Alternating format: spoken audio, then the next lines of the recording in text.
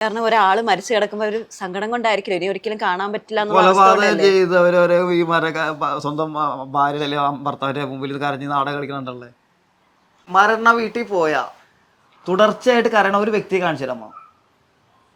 അത് വിഷമം കൊണ്ട് അവരുടെ ചിന്ത അവിടെ നിന്ന് മാറാതെ മറ്റൊരു ഇതിലേക്ക് പോവാതെ ഒരു വ്യക്തിയെ കാണിച്ചു തരാമോ? സൈലന്റ് ആയിട്ട് ഇരിക്കണവനെ വിശ്വസിക്കാം. ആരോടും പറയാതെ കരയാതെ പൊട്ടിക്കരയാതെ സൈലന്റ് ആയിട്ടിരിക്കുന്ന ഒരാളുണ്ടെങ്കിൽ അവരെ വിശ്വസിക്കാം. മനസ്സിൽ കുറച്ച് നേരം ഉണ്ട്. ഈ സൈലന്റ് ആയിട്ടിരിക്കുന്ന ആൾ എത്ര നേരം ആയാലും ഒരു ദിവസം 2 ദിവസം ആണ് ഏറ്റവും കൂടുതൽ മാക്സിമം വിഷമം അവനുള്ളത്. അവരവരുടെ ജീവിതം തിരഞ്ഞെടുത്തേ പറ്റൂ അല്ലേ. പിന്നെ ചില പദ്ധതി കണ്ടിട്ടുണ്ട് ഭർത്താവ് മരിച്ച സഹിക്കാത്ത ഭാര്യ ആത്മഹത്യ ചെയ്തത്. ഇതിൻ്റെ പൂർണ്ണത അന്വേഷിച്ച് ആരും പോയിട്ടില്ല. അതിൻ്റെ പൂർണ്ണമായ കാര്യങ്ങൾ ഇവിടെ ഒരു സംഭവം ഉണ്ടായിരുന്നു ഈ അടുത്ത കാലത്ത്. ഈ എറണാകുളം റൂറലിൽ പറഞ്ഞിട്ടുണ്ടായിരുന്നു. ഇതുപോലെ തന്നെ ആയിരുന്നു ഭർത്താവ് മരിച്ചിട്ട് ഭാര്യ ആത്മഹത്യ ചെയ്തത്. ഭർത്താവ് മരിച്ചിട്ട് ഭാര്യ ആത്മഹത്യ ചെയ്തതല്ല, ഭർത്താവ് മരിച്ചു കഴിഞ്ഞിട്ട് ഭാര്യ 3 മാസം കഴിഞ്ഞപ്പോൾ ഗർഭിണിയായി. അപ്പോഴാണ് ഭാര്യ ആത്മഹത്യ ചെയ്തത്. പത്രത്തിൽ നോക്കുമ്പോൾ ഭർത്താവ് മരിച്ച് ഭാര്യ ആത്മഹത്യ ചെയ്യുന്നതാണ്. അതാണ് യഥാർത്ഥ കഥ. ഇതിൻ്റെ ഒരു ഉണ്ട്, ഇത് നമ്മുടെ അറിവിലുള്ളത്, യഥാർത്ഥത്തിൽ അറിവുള്ളത്. അറിവില്ലാത്തങ്ങനെ ഒരുപാടുണ്ട്.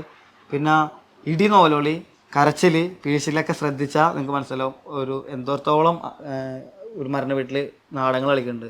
കൂടുതലും പേരും മരണപ്പെട്ട വ്യക്തിയുടെ കാര്യങ്ങളാണ് അവർ സംസാരിക്കുന്നത്. ബാക്കിയുള്ള കാര്യങ്ങളാണ് കൊച്ചിൻ്റെ ഉൾപ്പെടെ ഭാര്യയുടെ ഉൾപ്പെടെ കുടുംബത്തിൻ്റെ ഉൾപ്പെടെ ഭദ്രതയെക്കുറിച്ചാണ് അവർ സംസാരിക്കണം. മരിച്ചെടുക്കണ മനുഷ്യനടക്കം ചെയ്യണമുള്ള കാര്യമാണ് കൂടുതൽ സംസാരിക്കണം. ചിന്തിച്ചാൽ മതി.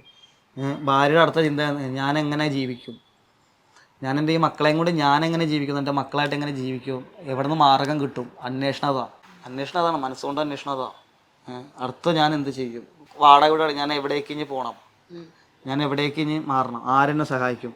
ഇതൊക്കെയാണ് ചോദ്യവും കാര്യങ്ങളൊക്കെ വന്നത്. ചിന്തകൾ കരച്ചിലവിടെ മാറി, വിഷമം മാറി. ചില സമയത്ത് ചിലവരെ മുഖത്ത് നോക്കിയാൽ കരഞ്ഞിരിക്കണ മുഖത്ത് നോക്കി ചിലപ്പോൾ പല്ല് ഞെരിക്കണോ ഈ മരിച്ചെടുക്കണോ നോക്കിയിട്ട് കണ്ടിട്ടുണ്ടോ. നമ്മളൊരു മനുഷ്യൻ്റെ ദയനീയാവസ്ഥയിൽ നോക്കുമ്പോൾ ക്യാമറ ഇട്ട് ചെല്ലുമ്പോൾ ദയനീയാവസ്ഥ കാണുന്നുള്ളൂ. ക്യാമറ മാറിയിട്ട് എല്ലാവരെയും ശ്രദ്ധിക്കാത്ത സമയത്ത് ആ വ്യക്തിയെ ശ്രദ്ധിച്ചു നോക്കി. ഇവനോടുള്ള ദേഷ്യം വരെ ആ സമയത്ത് ഓട്ടോമാറ്റിക് നമ്മുടെ മനുഷ്യൻ്റെ മനസ്സിൽ പുറത്തു വരും. അവൻ്റെ സങ്കടത്തെക്കാൾ കൂടുതൽ. പിന്നെ കരച്ചിൽ കൊള്ളുമ്പോൾ വന്നത് മറ്റുള്ളവരെ കരണ്ടിട്ട് സ്വാഭാവികമായിട്ട് കരണം. ഞാൻ ഇപ്പോൾ ചിലവരുണ്ടല്ലേ അവർ കരണ്ട് എനിക്ക് കരച്ചിൽ തോന്നും. ആ ഒരു കരച്ചിൽ വേറെ, അതൊന്നും ആത്മാർത്ഥമല്ല.